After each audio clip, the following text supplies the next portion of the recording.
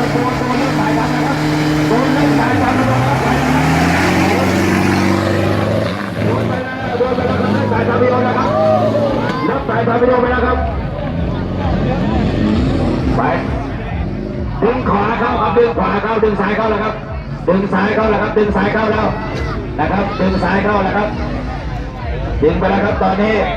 ไล่พี่นะครับตอนนี้ไล่พี่อยู่นะครับระหว่างเบอร์50นะครับเบอร์50ก็ไล่พี่อยู่นะครับไล่อยู่นะครับ43นำอยู่นะครับนิดหน่อย2ตัวช่วงรถครับนะครับการกล้วยครับการกล้วยยังนำอยู่นิดเดียวนะครับการกล้วยแล้วปล่อยเท้าเลยครับการกล้วยแล้วปล่อยยืดตัวแล้วครับ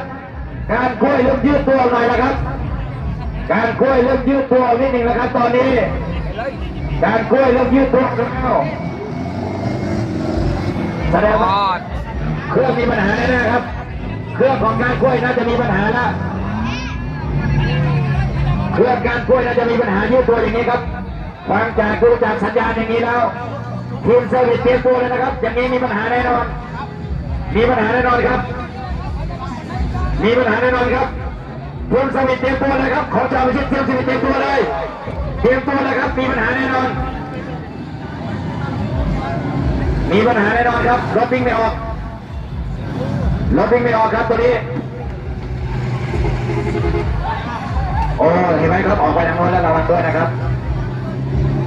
ทีมเซอร์วิสผมออดระ